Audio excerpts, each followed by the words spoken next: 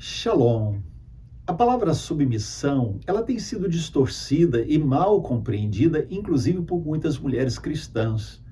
Isso porque confundem isso dentro de um contexto social em que o feminismo tem muita força.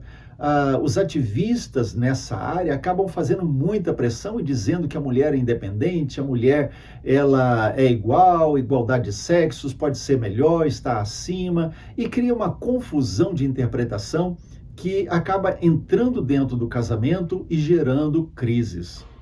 No entanto, como já vimos em outras devocionais, dentro do casamento, Deus estabeleceu papéis muito claros. E veja só o que a Bíblia fala em Efésios capítulo 5, os versos 22 a 24. As mulheres sejam submissas ao seu próprio marido como ao Senhor, porque o marido é o cabeça da mulher, como também Cristo é o cabeça da igreja, sendo este mesmo o Salvador do corpo. Como, porém, a igreja está sujeita a Cristo, assim também as mulheres sejam em tudo submissas a seu marido.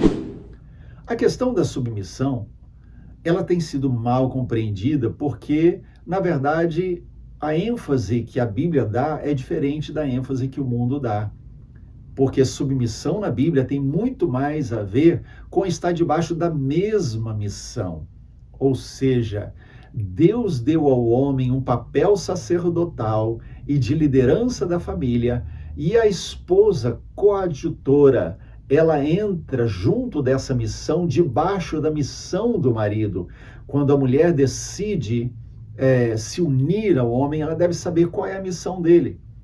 Ela deve procurar saber qual é o propósito de Deus para a vida daquele homem, porque ela vai se colocar debaixo do propósito que Deus tem para ele. E se aquele homem ele não tem temor de Deus, se ele não anda nos caminhos do Senhor, ela vai se colocar debaixo da autoridade espiritual de alguém que não tem propósito em Deus. Então lembre-se, esposas, o seu papel é ser auxiliadora, mas não ser menor. É estar junto no propósito do seu marido, mas não quer dizer ser o capacho, a serviçal dele.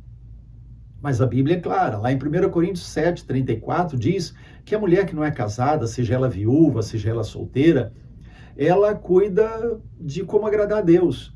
Mas aquela que se casou, ela vai cuidar das coisas do mundo em como agradar o seu marido, porque ela vai estar debaixo de uma missão.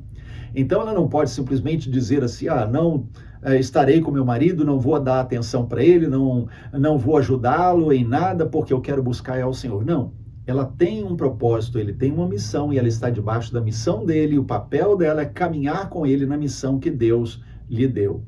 Então, ser submisso não significa perder individualidade. Você continua sendo você, o marido continua sendo o marido, pessoas individuais com as suas próprias características, ninguém se anula, mas simplesmente cumprem o seu papel em amor, porque o reino de Deus é chegado dentro de casa. Então, 1 Pedro capítulo 3, verso 1 diz, mulheres, sejam vocês igualmente submissas ao próprio marido, para que, se ele ainda não obedece à palavra, seja ganho sem palavra alguma, por meio do prosseguimento da esposa. Ou seja, esposa, as suas atitudes devem falar mais alto que as suas palavras. Não tente corrigir o seu marido, principalmente se ele ainda é descrente. Não tente corrigi-lo, evangelizá-lo, fazer com que ele conserte a sua vida pelas suas palavras. Viva uma vida cristã exemplar dentro de casa.